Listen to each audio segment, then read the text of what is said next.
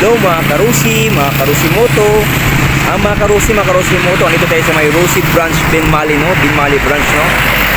Kumuha tayo ng motor, yung Rusi Macho 125. Yun lang muna kinuha natin kasi yung 150 medyo mataas yung monthly nun. Saka syempre yung 125 din, alam natin pag 125cc mababang displacement, mas matipid sa gasolina, gagamitin natin sa pan-deliver, no?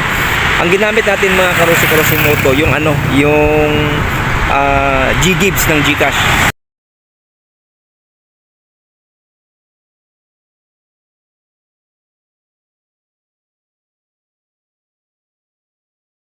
Nag-advance tayo ng 5 months, no? Kasi sa G-Gibbs meron tayong 11,874 na pwedeng gamitin.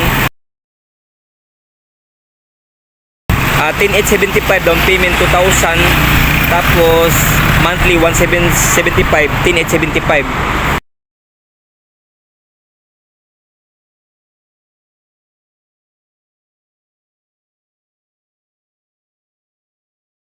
Yung monthly natin sa G-Gibbs, Gcash is 1,2 sa loob ng 1 year, no? 1,285 sa loob ng 1 year. Kaya mga karusi, tara, tingnan natin dito sa loob ng Rusi Binmali branch, no? Ito yun, no? Pwede yung gamitin to, yung G-Gibbs tsaka G-Credit. Ang ginamit ko is itong G-Gibbs, no? Ayan, dito sa Rusi.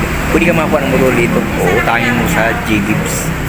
Okay mga karusi, dito, gandaan dito.